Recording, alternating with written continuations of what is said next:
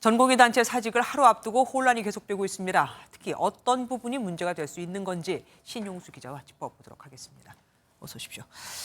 정부의 전공의 파업 대책으로 또 다른 혼선이 빚어지고 있다는데 이건 뭡니까? 네, 바로 진료보조 PA 간호사 때문입니다. 네. 어제 한덕수 국무총리는 대국민 담화에서 전공의 파업 공백을 비대면 진료 확대와 PA 간호사를 활용해 메우겠다고 말을 했는데요. 네. PA 간호사의 수술 부위 확인이나 소독 등은 의료법상 불법이지만 인력이 부족한 의료 현장에선 관습으로 자리 잡았는데요. 정부는 2020년 총파업 때처럼 한시적으로 PA 간호사를 인정한다는 계획입니다. 다만 대한간호협회는 아직 정부와 논의한 바 없다면서 보호와 처벌에 대한 약속도 없이 투입은 문제라는 입장입니다.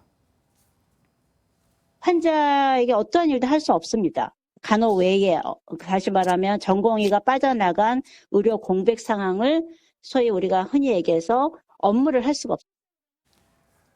정부는 법적 안정망 등 어떤 내용을 구체적으로 할 건지는 추가 검토할 예정이라며 간협과도 앞으로 소통할 것이라고 말했습니다.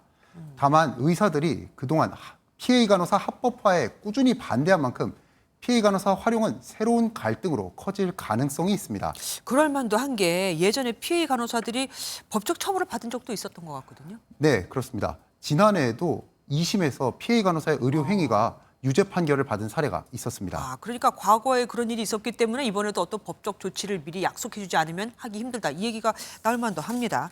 만약 갈등이 더 심해져서 동네 의원까지 다 쉰다면 큰일입니다. 대한의사협회 오늘 대국민 호소문까지 발표했더라고요. 네, 그렇습니다. 의협 비대위는 오늘 대국민 호소문을 통해 의사들은 파업을 하는 게 아니라 포기를 하는 것이라고 밝혔습니다. 이어 정부는 직업 선택 자유를 무시하고 진료 유지 명령이라는 위헌적 명령까지 남발하며 억압하고 있다고 호소했는데요. 또 국민의 건강과 생명을 볼모로 잡는 주체가 의사들인지 아니면 잘못된 제도를 추진하는 정부인지 판단해달라고 덧붙였습니다. 의협의 호소문 발표는 불리한 여론을 극복하기 위한 것으로 풀이됩니다. 네. 의협은 호소문에서 정부의 대토론을 제안하기도 했는데 국민을 설득해 여론을 돌릴 자리를 마련하기 위한 것으로 보입니다. 실제로 정부는 여론을 무기로 의료계를 압박하고 있는데 오늘 의협 비대위 지도부 2명에 대한 면허 정지를 사전 통지하기도 했습니다. 그런데 지금 이 상황에서 우리가 그동안 잠깐 잊고 있었던 의사들이 있습니다. 한의사들이 나섰다고요? 네, 맞습니다. 대한한의사협회도 오늘 전국 한의원과 한방병원에 평일 야간 진료와 공휴일 진료를 확대한다고 밝혔는데요. 네.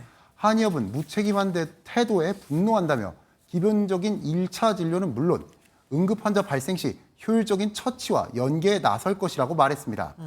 다만 그동안 의사들이 한의사를 사실상 의료인으로 인정하지 않았던 만큼 정부가 한의사와 손을 잡을 경우 의정 갈등을 더 키울 것으로 보입니다. 그러니까 의사들이 의대생 증원도 반대하고 있고 PA 간호사들의 합법화도 반대하고 있고 그냥 다 반대네요. 지금까지 신용수 기자와 함께했습니다. 고맙습니다.